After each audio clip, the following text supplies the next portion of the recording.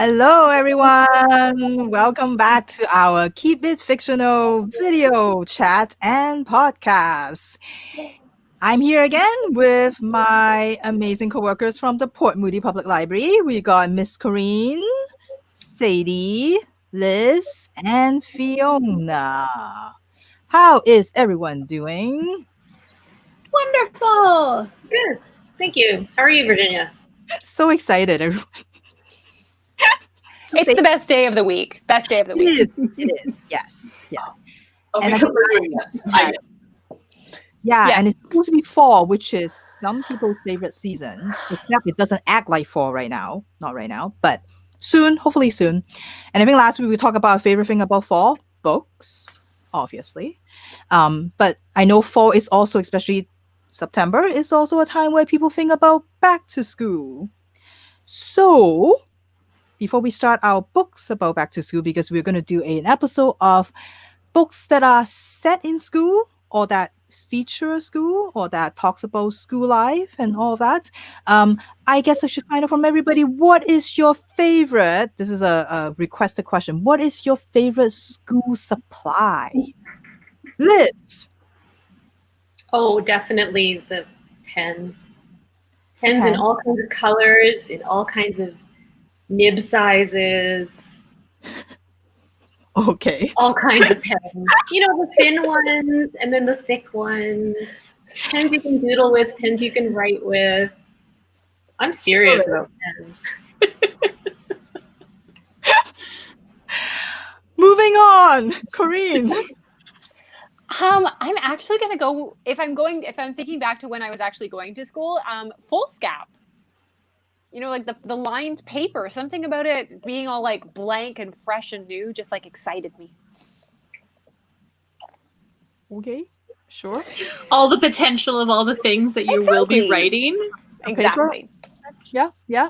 Fiona, how about you? Probably notebooks or backpacks, if that's allowed to count. Sure. Yeah. Yeah, notebooks. Backpack. And Sadie? Thinking back, definitely pencil crayons. Love me a good set of pencil crayons. Oh. But now daytimers. I always love buying a good daytimer so that I can plan everything, write out my calendar. Yeah, I like structure. And you, Virginia, what was your favorite school supply? I think when I was back in Hong Kong, you actually get to buy books.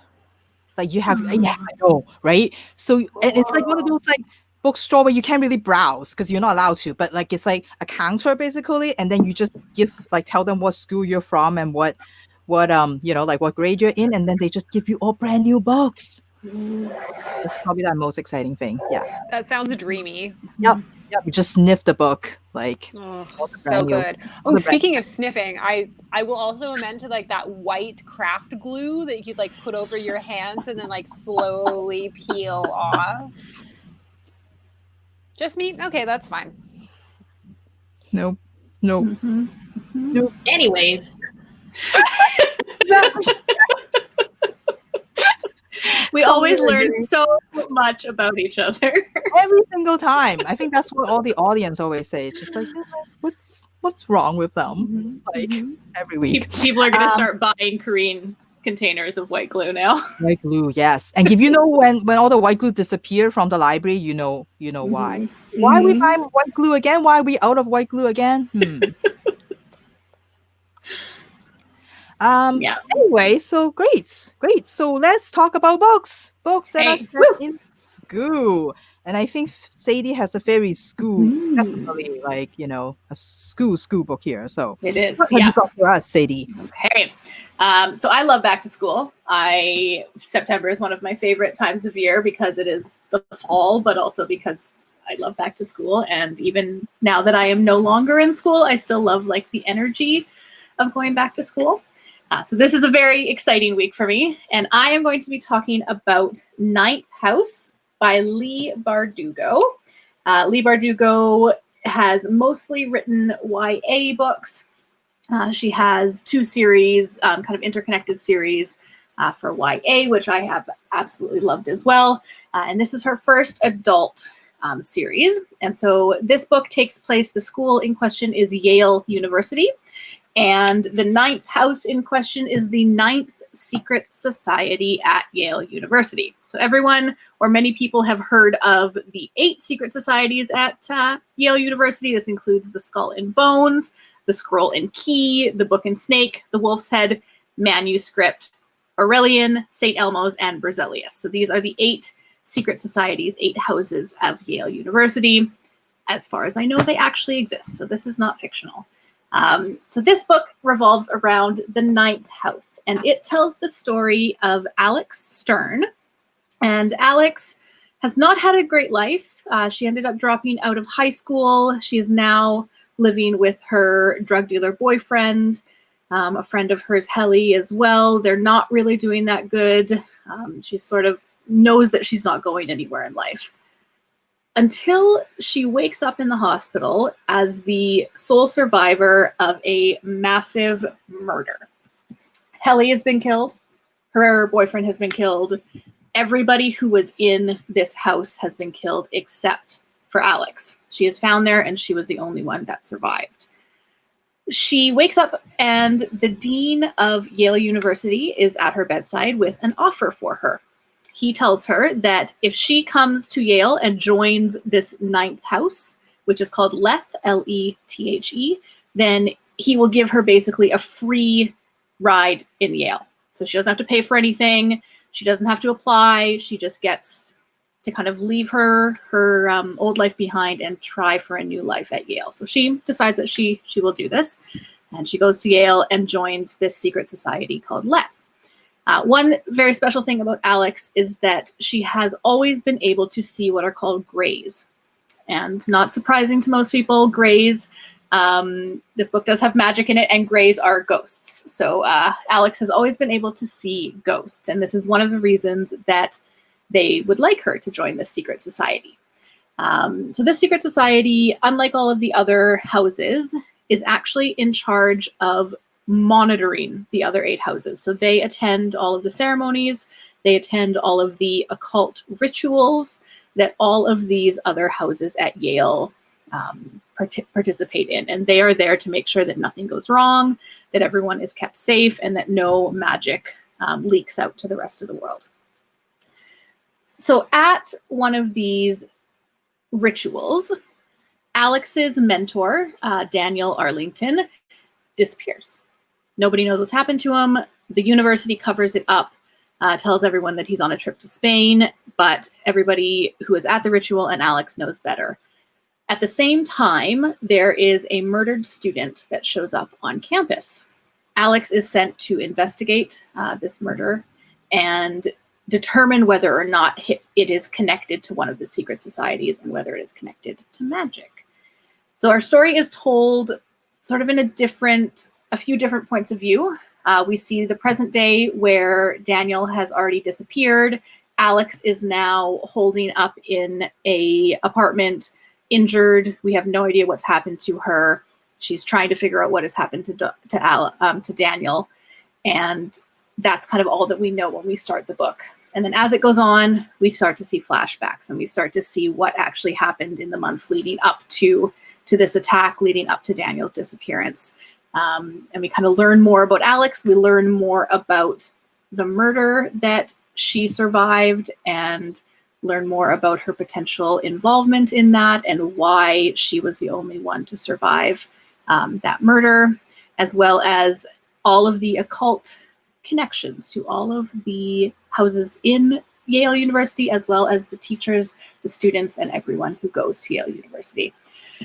So lots of magic, lots of occult, demons, ghosts, that kind of stuff, but all on the lovely fall campus of Yale University in the Ivy Leagues. A lovely setting for all of this magical, occult mystery to go down. So I would highly recommend 9th House by Leigh Bardugo. You're welcome. Thank you, Sadie. I wish mine was that exciting. No Yes. one else wanted Do to. Yes. Yes. Find some sort of occult book. I prefer my and campuses demon free. No, I'm good. I'm good. Well, what kind of school do you have for us, Miss Corene? Well, this is a book actually set in kind of my dream school. So it is 1930s, and we are in a girls' boarding school in England, which, of course, as a young kid, I was dying to go to boarding school. The skirts, the blazers, oh, the learning Latin. Yeah, it was everything I wanted, but I ended up going to public school. So it's the 1930s, and newly arrived to the boarding school of Deep Dean is Hazel Wong, and she is newly arrived from Hong Kong. Her father is an incurable Anglophile, and he just loves the idea of his daughter going to a boarding school like they do in the books that he reads. And so she kind of puts up a brave face and goes to this new school in this new country. But inside, she despairs. The food is terrible. The weather is terrible. The people are pretty full time terrible. The only kind of interesting thing at the school so far as she can see is that there is one other person at that school who is kind of hiding what they are inside. And that person is Daisy Wells. Now, Daisy Wells is blonde and outgoing and seemingly a bit simple, but in every way is the flower of British maidenhood. Gentle, simpering, and just so excited to be here. But Hazel is observant, Hazel is sharp, and she knows that Daisy is not who she pretends to be at school. Daisy is instead a bit of a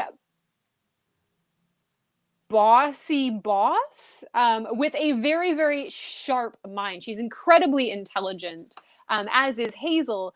And they kind of bond over their mutual love of solving mysteries and observing people and trying to discover all of their secrets. And so to this end, they found the Wells and Wong Detective Agency. It's been a while since they founded their detective agency, and they have yet to get like a real case because there is not a lot of crime that happens in a girls' boarding school in the 1930s in the middle of nowhere. Thankfully, or unthankfully, depending on where you are in this situation, one day when Hazel forgets her sweater in the gymnasium and has to run back after the rest of the class is empty, she stumbles upon the bloodied body of her science teacher, Miss Bell, lying in a pool of blood all alone. Shocked, aghast, Hazel runs out of the room to find Daisy, her best friend, and to find the headmistress of the school. But when she brings them back to the gymnasium to show and help, the body is gone. And the gym is sparkling clean. So both Hazel and Daisy are going to first have to solve the mystery of what happened and who happened to their science teacher, and secondly, convince everyone that this crime actually happened in the first place. So I love, this is a series. It is published in Canada and US. The first book is called Murder is Bad Manners. In the UK, it was published as Murder Most Unladylike. And it is a 9-book series. It lately just ended. The last book has been published in England. They are still kind of catching up here in North America, but I maybe went and ordered all of these as my quarantine present to myself to read later. I love this series because it really grows. Hazel and Daisy kind of starts as not really respecting Hazel, and Hazel starts as a little bit shyer, and you see her kind of develop her muscles and her assertiveness and kind of like find herself and her way. She's a really fascinating narrator, and you're just like cheering for her at the end. And what I really like is that at its core, this is very much like Agatha Christie meets Enid Blyton. And those are just like, they're my jam, all put together under a fantastic package. So this is primarily meant for middle grades. However, as an adult who has watched all of the Poirots, I loved it. I loved it, and would heartily recommend it to anyone who loves that kind of like golden age of detection.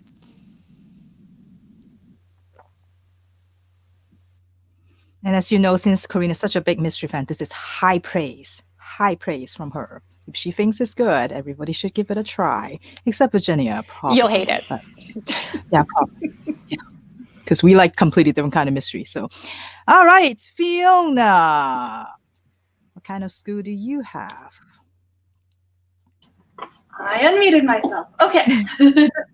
So, the book I chose is actually a graphic novel, and it takes place in a high school called Mutant Magic Academy. Now, this is actually a day school, so it's not a boarding school, and the students all have not necessarily superpowers, some do, but sort of just anomalies. Some of them have lizard heads. Some of them can never die. It's a real mix. And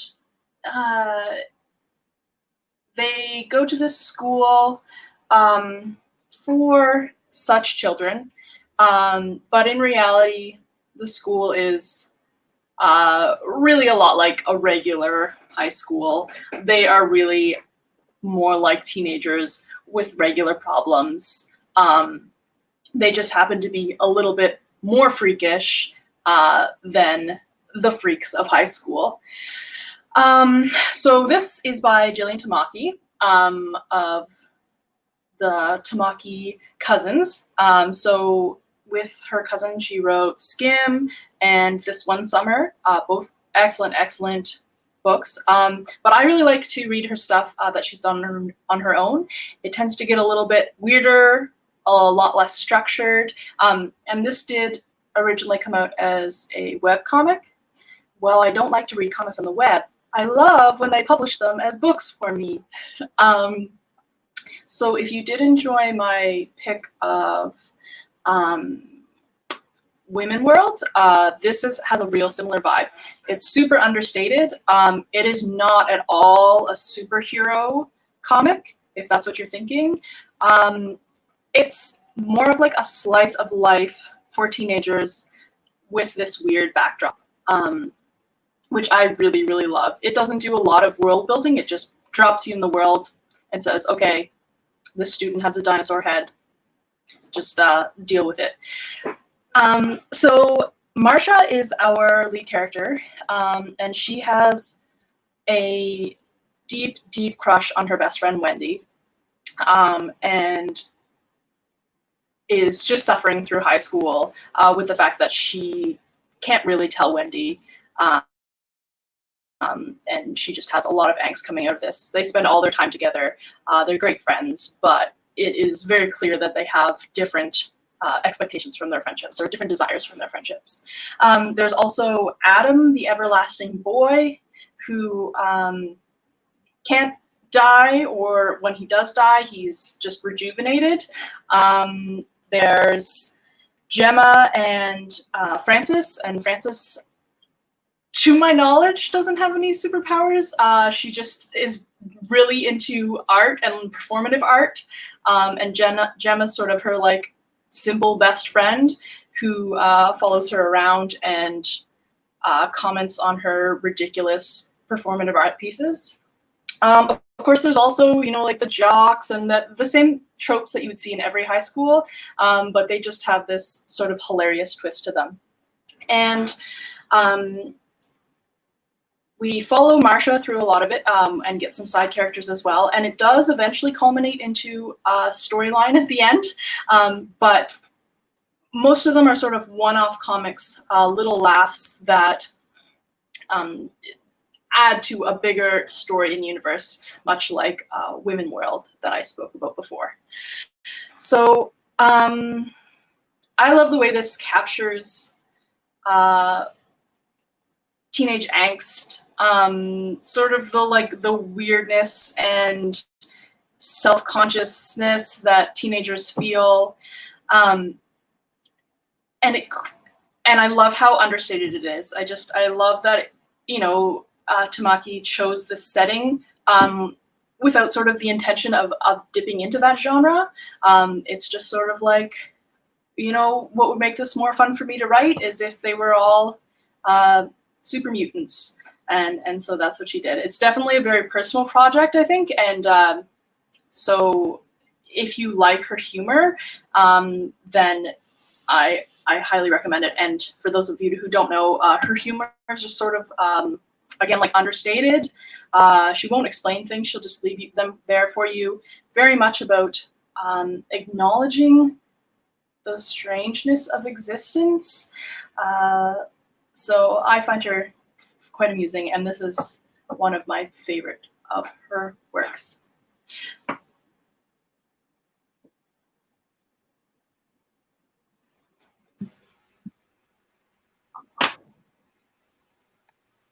You're muted, Virginia. Kind of losing your commentary, Virginia. Mm-hmm. It's not important. It's fine. I was just saying how like I love when Fiona said like, "Oh, my classmate has a dinosaur head. Just deal with." It's just the way it is. One of them has a dinosaur head, and then one of them doesn't die. Like It's completely normal. It's just It's just what it is. It's just what it They is. have no, So I say, and before they I have go no on- feelings of Sorry, go ahead. superiority over each other. Of like, you know, one of these things is a little more useful. well, I mean, obviously the The dinosaur head. dinosaur head also. versus immortality. Yeah. I think we all know which one people would pick in that situation. Mhm. Dinosaur head. Before we go on, talking about like sort of high school, you know, like maybe we should kind of talk about what I guess in high school we're kind of stuck reading a lot of books that we don't get to choose, not like our book chat. So what are some of the books, or give you have a favorite book that you read during high school that you're like, it's not of your choice, but you were forced to read it for school, but it still turns out to be okay. So Fiona, do you have a book like that? I don't know if this counts because I feel like maybe our teacher gave us a list and let us choose from that in grade 10, and I chose Watership Down off of that list. And until like, I don't know, maybe 5 years ago, I would have said that was my favorite book. I loved it. Nice. I never nice. read the book, but the movie terrified me. So creepy. Yeah, I think that's why I just didn't want to engage with that at all anymore, because the movie was so terrifying. But maybe I should try it now if you recommend it. If that freaked you out and you didn't enjoy that experience, then I would say don't. No, I was also very young, though. I feel like I may have seen it younger than I should have. yeah, the book is beautiful, really beautiful. What about you, Sadie? What have you read in high school that you actually enjoyed? So again, I feel like there was a list, and I really didn't want to read the other books on the list, is what I remember. And so I read The Chrysalids, and I actually really, really enjoyed it. And if you ask me to describe what it's about now, I cannot remember at all. But I just remember actually wanting to read it when I was reading it, not having to force myself to sit down and just get through it. So yeah, Chrysalids, I think John Wyndham is the author of that one.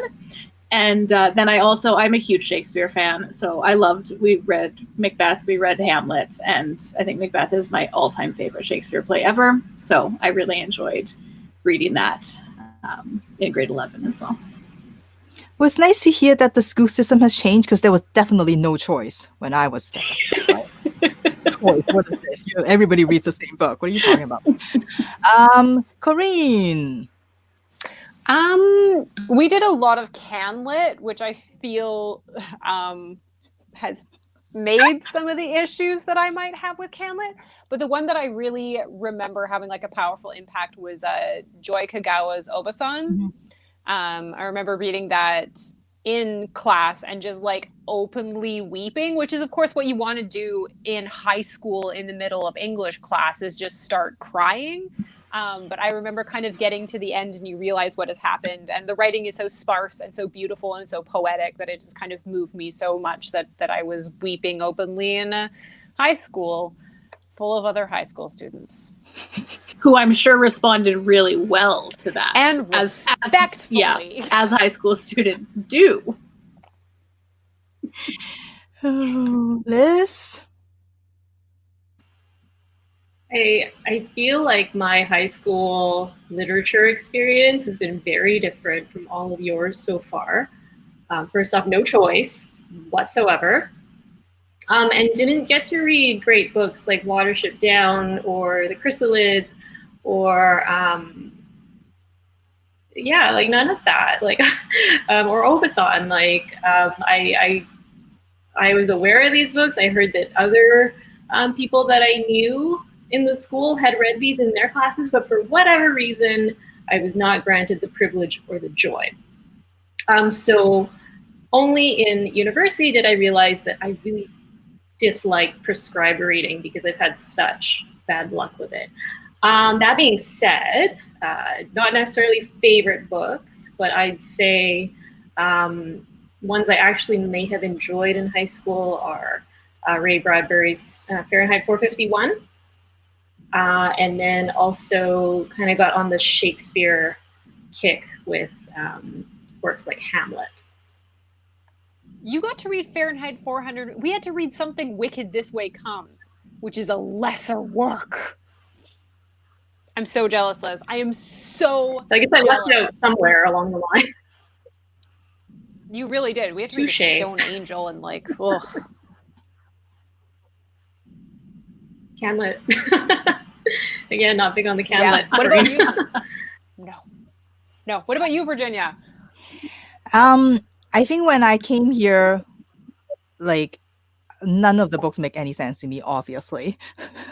And I think the first book I was forced to read was The Pearl, Steinbeck. Yeah, Like, and it was a ESL class, right? So it's like they just figure, well, it's a book that is short, so let's just give it to them when there is no way, just because the book is short doesn't mean it's in any way that we could relate to or understand. So that was, I think that was probably my, like, yeah. I know, yeah. I was just like, why? That's Why? cruel. I did end up enjoying, like, at some point, Steinbeck's books, but not at that point. Not in when I first year when trying to learn English. That doesn't work. But I think like Sadie, Chrysalids was good. Flowers for Algernon, I think, is another book that I remember reading. That was good. But other than that, it was all a lot of like All Quiet on Western Front and Farewell to Arms and all of that, and it was like blah. So yeah, nope. So yeah. I know. That's why I'm like, choices. What is this? Like that you get to pick choices. Yeah. Yeah, choices. That's adorable. Right? So cute, adorable. Like, but I guess another question would be like, do you think prescribed reading does that I mean, Liz clearly thinks that that's not helpful, but would you have picked up any of those books if it weren't prescribed? I guess that would be what I wouldn't have picked up The Stone Angel. I actually enjoyed The Stone Angel. I didn't mind it that much.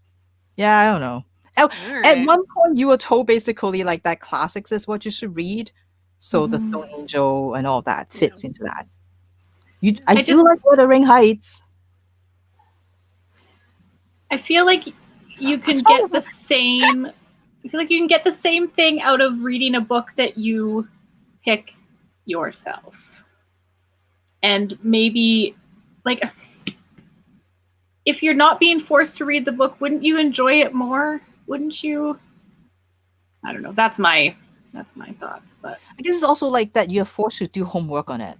You're forced to like, write an essay about it. You're forced to and like analyze it. I guess that's what makes it not enjoyable in some ways. I guess maybe. I did a lot of not reading books and just like looking up Cole's notes because I was being forced to read it, and it was like, you can't make me read this. Yeah, so I think like they'd have a like, and then you go, but like I know some people in university read Dracula, and I was like, oh, whatever. And then when you go and read classic literature for the first time after being out of school, and you don't have to think about it critically or like write about it, and it's such an enjoyable experience. Yeah. Sometimes. Yes, or you can just put it down because you're like, I don't want to read this. Yeah, true. Yeah. All right. Anything else about high school books? Fond memories.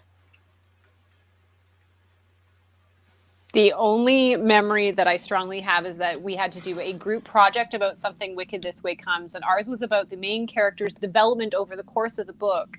And I was paired with someone who had the idea that at the beginning the character was like dough, and then by the end he was bread because he had been baked and developed by the end, and then distributed fresh baking to everyone in our class. I was going to say, did you bake bread for your presentation? I didn't, because I thought it was a cheap gimmick, but we got an A, so That's kind of amazing. morbid.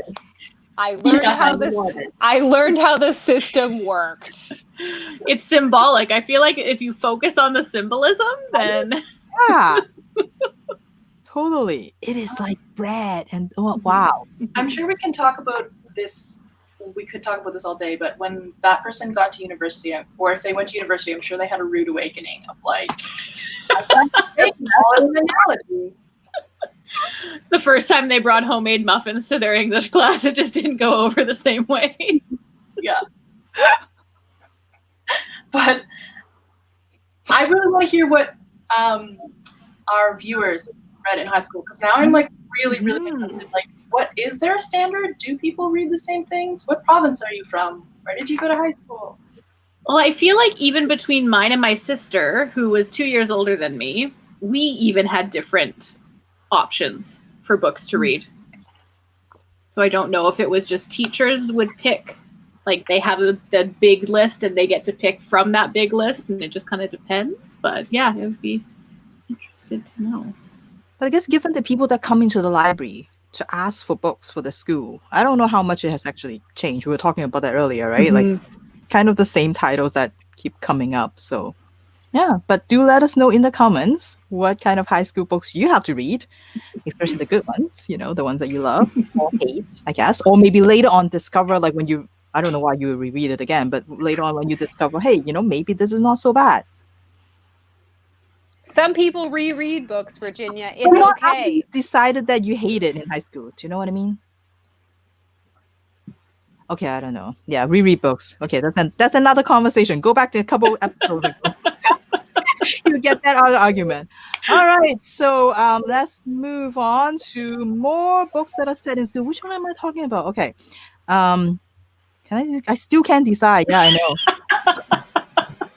And that's the thing about like being able to control this, because I can just decide in the last minute. So this is like not helpful at all. I think I'm gonna just go with something fun because I'm tired of talking about sad things. Okay, so so the one that I have, so I was telling everybody how I spent a bunch of like the whole long weekend trying to find a book that is set in school that I like and try to read a bunch of them, and none of them really turns out either they just weren't school enough, or they were like just not very good.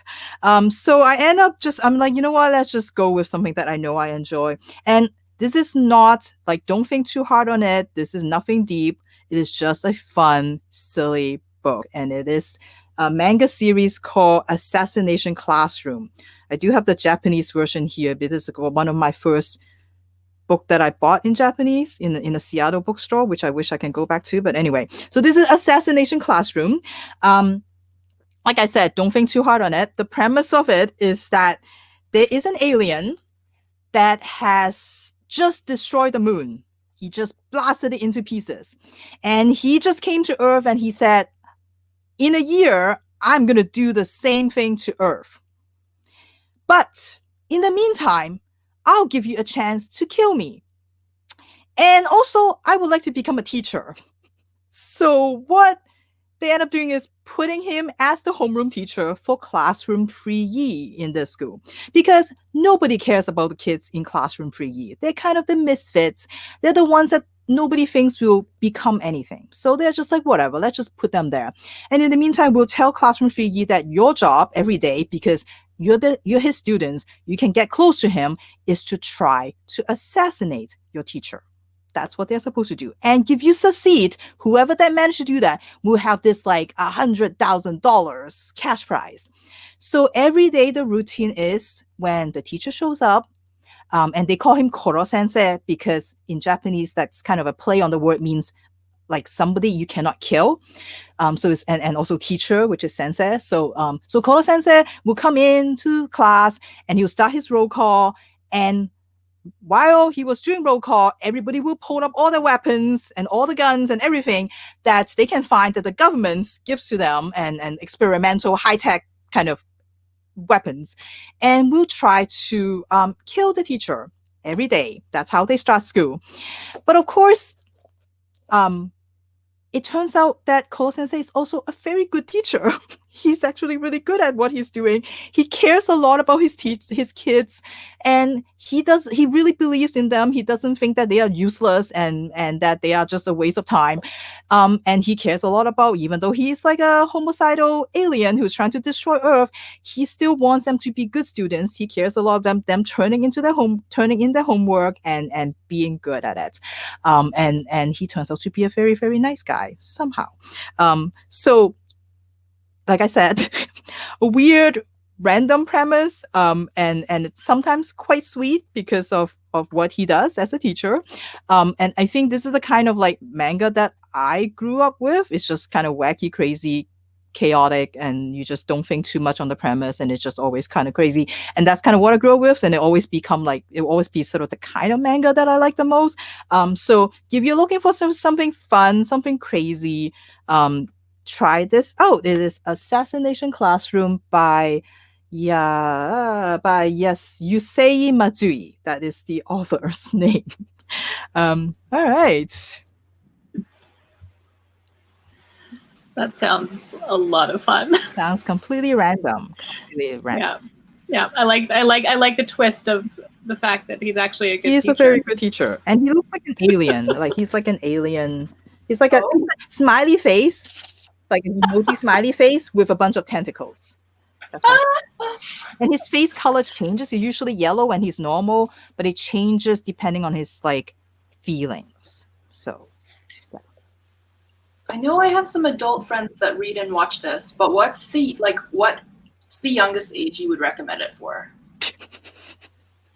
I think it's weird because I grew up with it. Like I was really young when I'm like watching stuff like this, so I think I have a very different gauge of what is acceptable and what is not. So I don't know if I'm the best judge for this, but I would assume it's probably marketed as teen.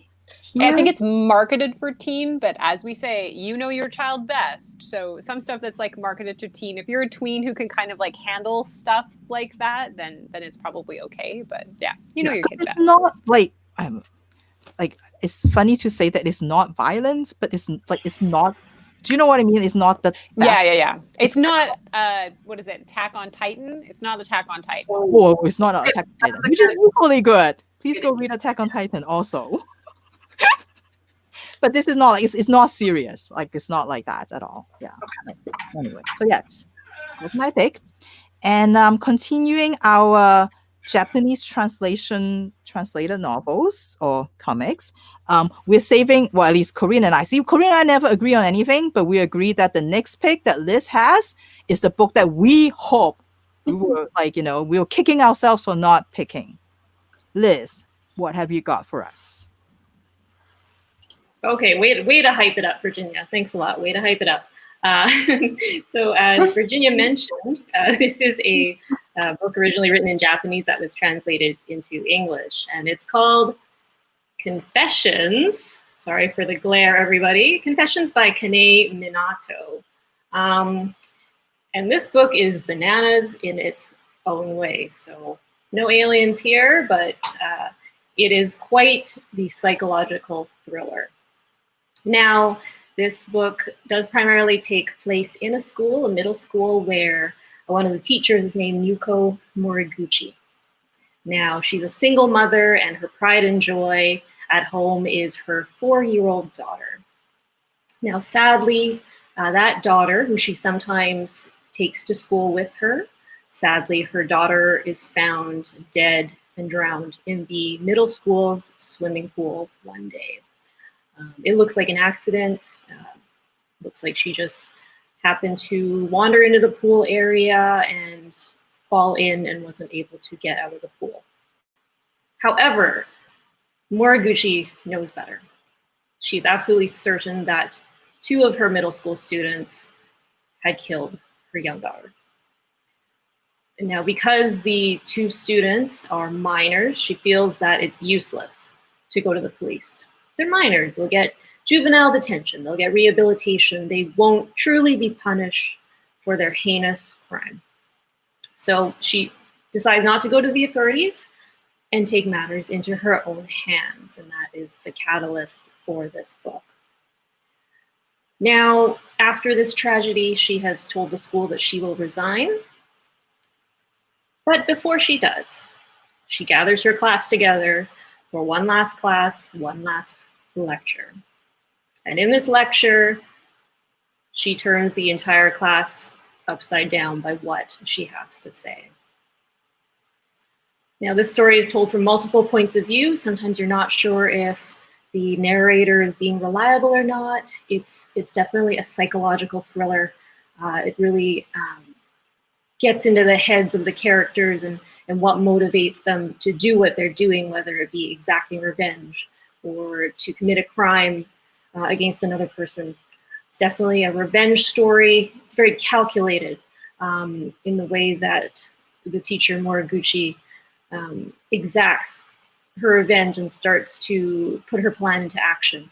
And it's also an interesting look at mothers and children. How does the behavior of mothers in child rearing, how does that influence what their children do? Well, you definitely see what happens in this story. Lots of twists, lots of shocking moments. So I can't really tell you too much about what exactly those things are, what exactly she does to get the ball rolling in terms of exacting her revenge and how that all plays out.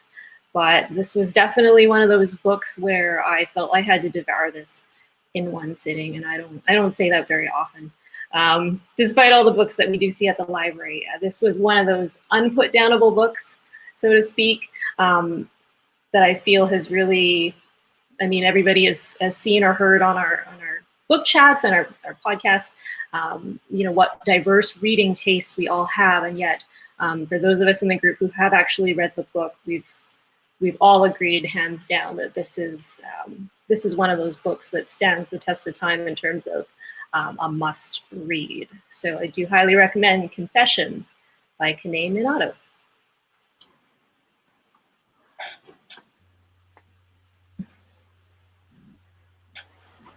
So good. So good. And this is one of those books that does twist right. Because a lot of books are like, they say you have a true big giant twisty ending, but it doesn't make any sense when they kind of reveal the end. But this one, just like every chapter, you're like, It's funny. every Yeah, single it's funny you say chapter. that, Virginia. I was reading this book. I used to have a very, very long commute, and I was reading this book on a bus, and I was in the window seat, and someone was seated to my right, and I was reading this, and I didn't realize it, but at the end of every chapter, I would go, oh! And then I'm like, oh! And finally, the guy next to me just turns over. He's like, look, I gotta ask, what are you reading that's so good? I was like, it's the Confessions you gotta read. It's like, fine, because clearly you're enjoying it. So it's yeah, love it. It, as you say, Virginia, it does it right because you don't see it coming, and it just kind of, but it fits so well with everything. I'm intrigued. Have we sold you on it, Fiona and Sadie?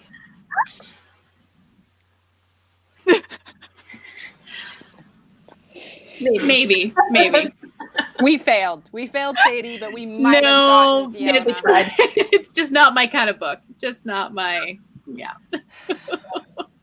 I am pretty sensitive to like child violence. So. Yeah, that's kind of what got me too.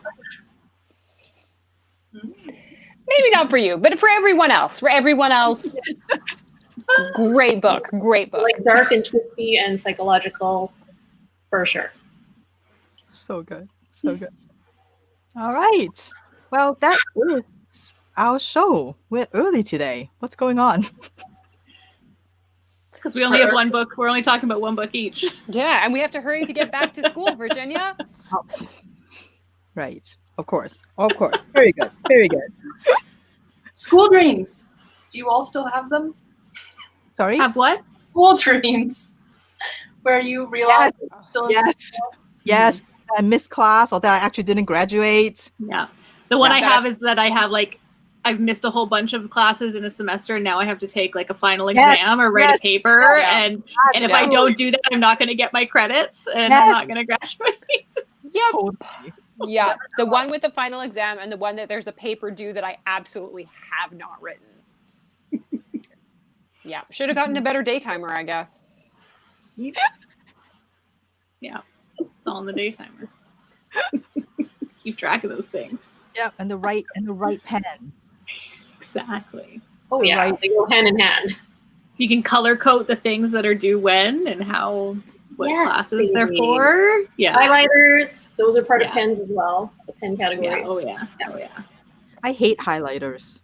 It So ruins the book. pointless. I You hate, just need Absolutely. the right highlighter. I hate it so much. Ooh.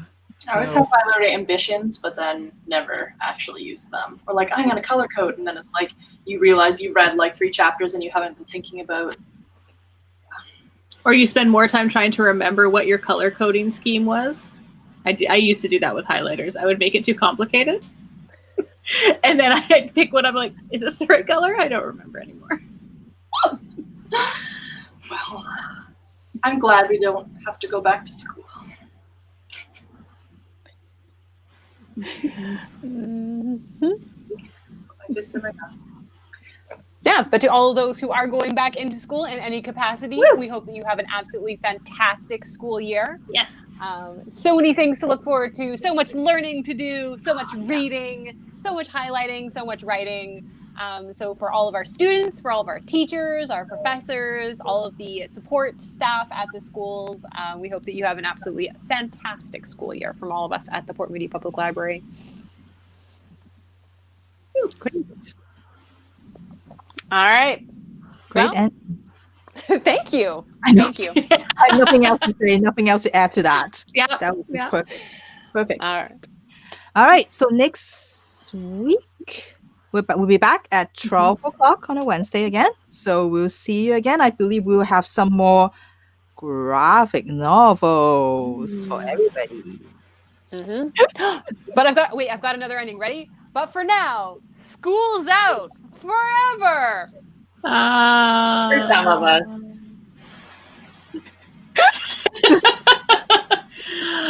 Just rub it in that we don't have school and you do. All right. Well, we'll see you all next week. Bye.